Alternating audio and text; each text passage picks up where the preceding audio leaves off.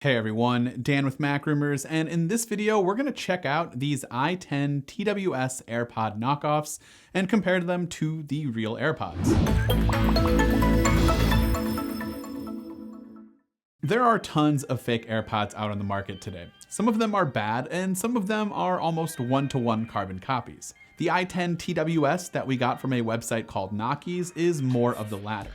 The unboxing experience is not quite the same, although the company tried its best to emulate Apple.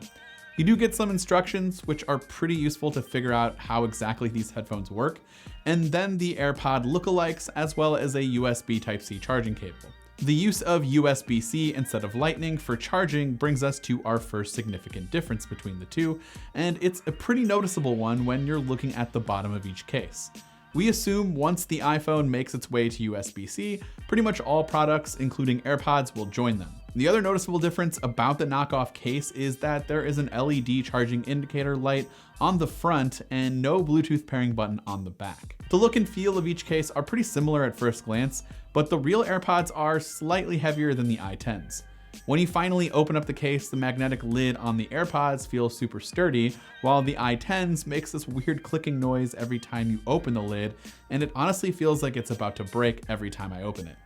There's what looks like an LED indicator sandwiched in between the headphones, but it's only there for cosmetic purposes and does not actually light up like on real AirPods. The headphones themselves, however, are a near carbon copy of AirPods. So much so that I needed to be careful that I didn't mix them up with my real AirPods. Almost every detail is perfectly matched to resemble the real deal. The most surprising aspect of these knockoff headphones is the sound. AirPods are not the most amazing sounding headphones in the world, but they sound really good for what most people use them for. I have no issues with the sound quality whatsoever, and these i10s sound pretty close to real AirPods. Even call quality sounded good on my end, while my wife on the other line stated that it seemed like I was using speakerphone and that she didn't really notice much of a difference between these and real AirPods when making a phone call. The right headphone does have the ability to pause the music with a single tap and a double tap to skip tracks, as well as a 2-second hold to activate a voice assistant like Siri. These touch functions were also easier to activate than on real AirPods. I'm not exactly sure why it was so much easier for me to find the touch area on the knockoffs, but that's been my experience so far. One feature you do lose out on is the autoplay pause feature when removing or inserting a headphone into your ear. Now, this isn't a deal breaker for me personally, but it is a nice feature that the real AirPods can offer you.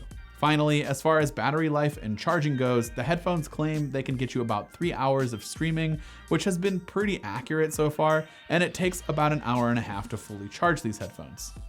You can also wirelessly charge these headphones and the charging case, as it supports Qi wireless charging. This is a feature that's rumored to be in the upcoming AirPods 2, but not something that I can do with my current model. The i10 TWS sell for around $50 on knockoffs.com, which is where we got them from, or Amazon, but there are other websites out there that carry these exact headphones for slightly cheaper. So for $100 less than actual AirPods, you get most of the same sound quality, the same fit in your ears, good touch functionality, and wireless charging capabilities, but you're gonna lose out on the W1 chip for quick pairing and seamless integration with other iOS devices. Pairing the 110s isn't really hard, it's still pretty simple, but it requires a bit more work.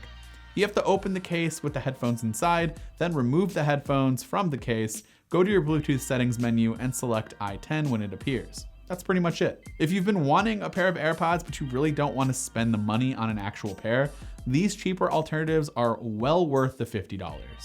So let me know what you think of these headphones. If you own a pair or if you want to pick one up, let us know in the comment section down below. This has been Dan with MacRumors. Thanks for watching, and I will see you in the next one.